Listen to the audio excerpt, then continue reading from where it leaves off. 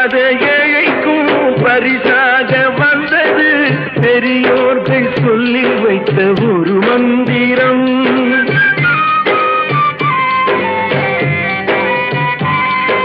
படிக்காத ஏழைக்கும் பரிசாக வந்தது பெரியோர்கள் சொல்லி வைத்த ஒரு மந்திரம்.